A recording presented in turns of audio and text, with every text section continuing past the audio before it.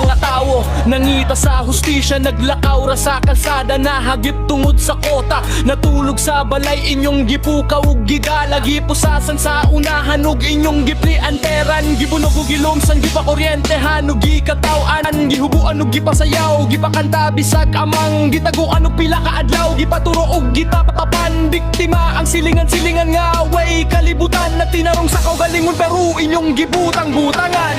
Dili man ko edukador o paloko unsay daotan ug mayo, daghang nga preso bunga sa pang-abuso, dilitanan diri sadan ang uban gibutang-butangan, sakit kaayo sa dalunggan pero mao kini ang kamatuoran, misulod sa akademya aron magamit sa ekonomiya, gihatak ko katungdalan kay gisiligan sa kagamhanan, buhaton ang kaaayuhan, hustisya o katarungan, mao kini ang motibo sa gusto magserbisyo. Serbisyo dili negosyo, programa dili kwarta, suborno makabuta sa prinsipyo, makatuis sa katarungan ni atong taong dilisadan, gituwis ang hustisya sa pagdapig sa adunahan.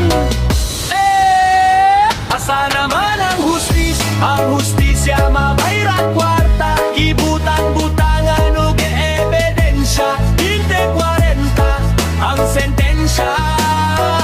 ang uban na disgrasya kay wala nila makaya, wala na mo'y mga konsensya, gihikawan ang kagawasan nila.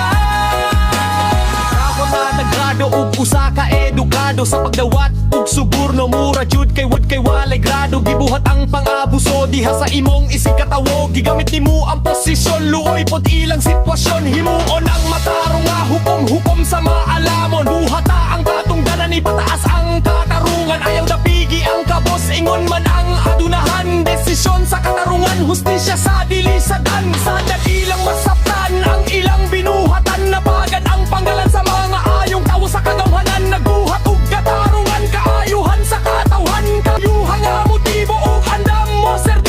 serbisyo sa katawhan para sa Diyos. Sana bayang hustisya, ang hustisya mabayra kwarta, gibutang-butangan ug ebidensya, 20-40 ang sentensya, ang uban na disgrasya kay wala nila makaya, wala na mo'y mga konsensya,